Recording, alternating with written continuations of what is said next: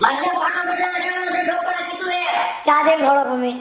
પાટો બદલાવા જવાનો છે આ હે ને અસલ તમારા ઉપર જ ગયો હે એક ટક કેવો મસ્તીનો ચા. ચા હે ને બીજી વાર માંગે હે. તારા બાપની જેમ ચાનું બંધાણી નથી થવાનું અને તમે હે ને હું તને જેડી સાચું કહું, છોકરો શું કામ બીજી વાર ચા માંગે ખબર તને? આ ગાંડી તે ચા જેવો બનાવ્યો તો એની વાત પૂછમાં મનથી એમ થયું કે રકાબી ભેગી મોઢામાં જવા દઉં.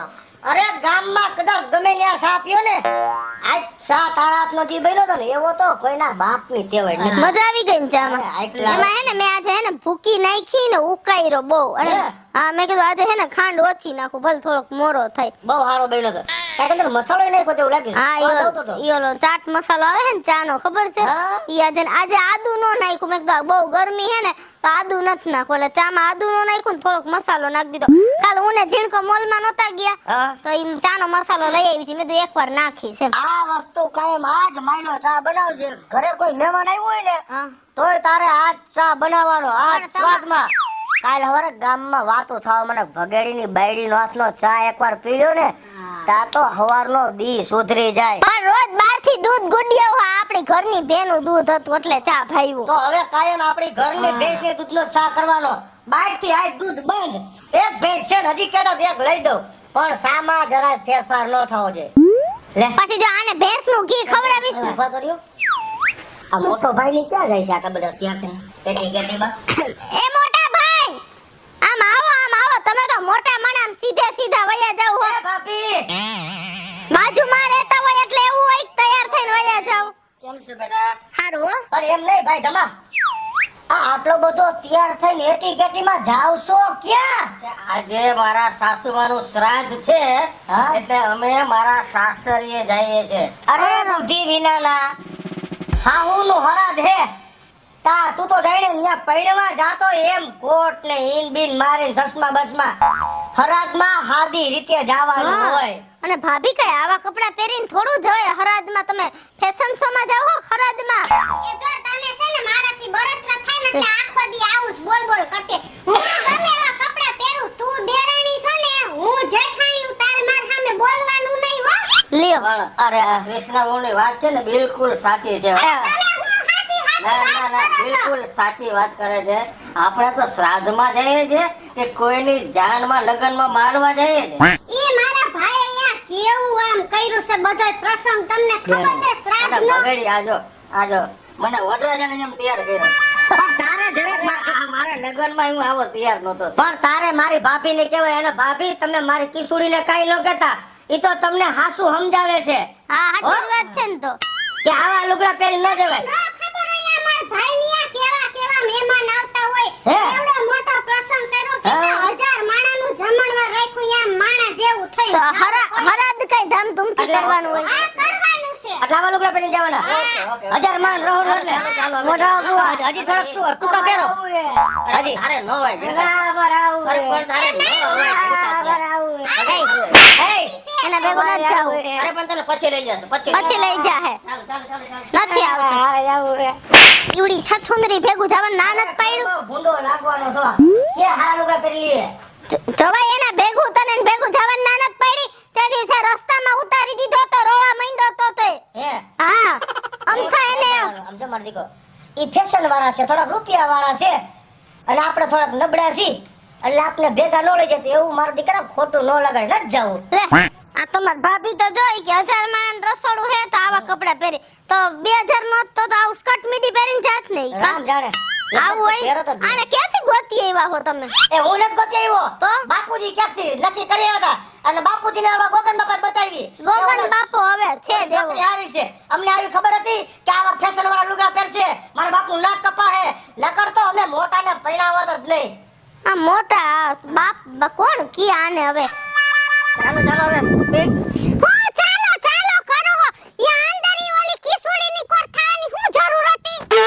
મને યા શીખામણ દેતા તા કે એની વાત સાચી ને સાચી. હું કઈ ખોટું એમ. હું તમને કહું ને તમારે એટલું જ કરવાનું. તમને નો ખબર હોય એને છે ને મારી બળતરા થાય છે. પણ એને તારી બળતરા શા માટે થાય? શા માટે નહીં?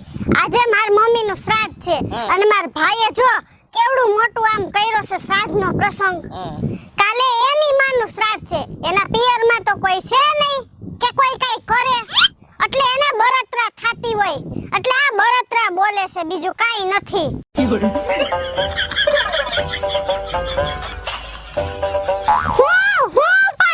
વિચારમાં પડી ગયા. એમ બેહો ગાડીમાં. આખો દી એમ. મમ્મી આવું મોટું કર્યું આવ હે? રોજ હું મોટું કર્યું એ તીણકા, હા આ કાલે છે ને તાર નાની ગુજરી ગયા ને 3 વર્ષ પૂરા થાહે. હા કાલ તાર નાની ને હરાજમાં ભેળવવાના હે. પણ હવે નથી મારે ભાઈ, નથી મારે બેન, તો કોણ એનું કરશે? એનું હરાદય નહીં થાય જીણકા. તો હું કરું? મને મારી મમ્મી બહુ યાદ આવે જીણકા. હા મમ્મી મારું કેવું રાખતા કા નાની માં હા, તને કેટલા બધા રમકડા લઈ દેતા. ભાગ લઈ દેતા સાયકલ લઈ દેતા તઈ હું જીણકા, માર માનું કોણ કરશે જીણકા?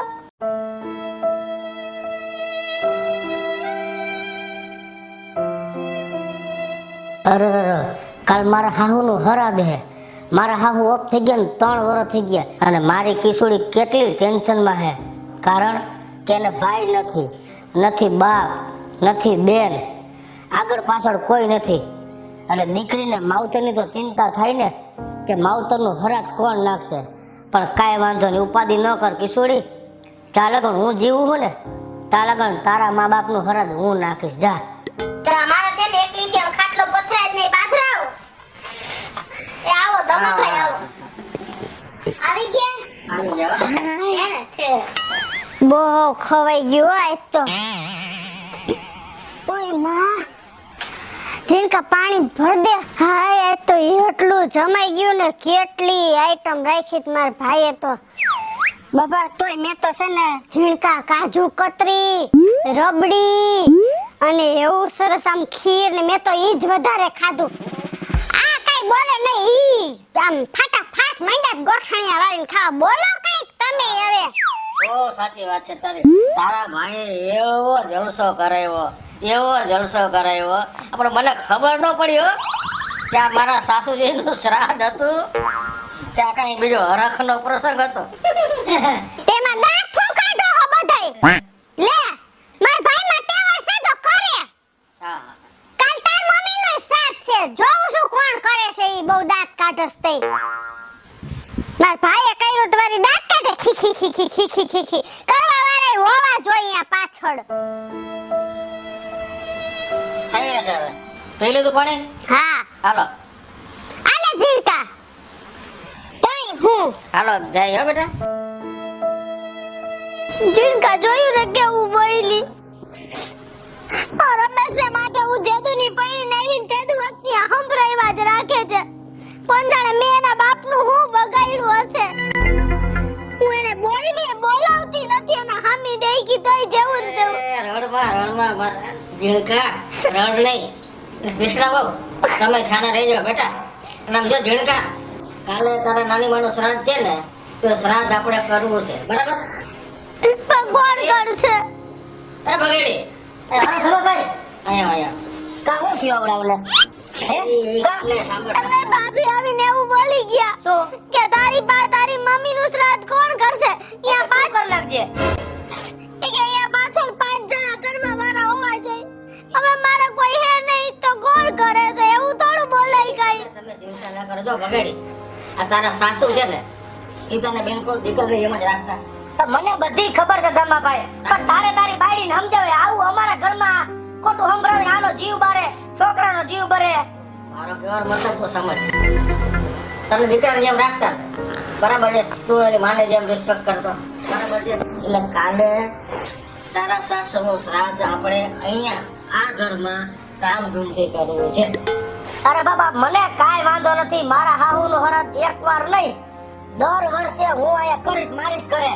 એને ભલે ને કોઈ ન હોય અને તું સાની રહી જા, ઉપાધિ કરી. પણ બધાય કહેતા હોય કે દીકરી અને જમાઈનું કાઈ નો પહોંચે. ના, ના, એવું કાંઈ નથી. દીકરીનું પણ પહોંચે. આમાં છે ને શ્રદ્ધા મહત્વની છે.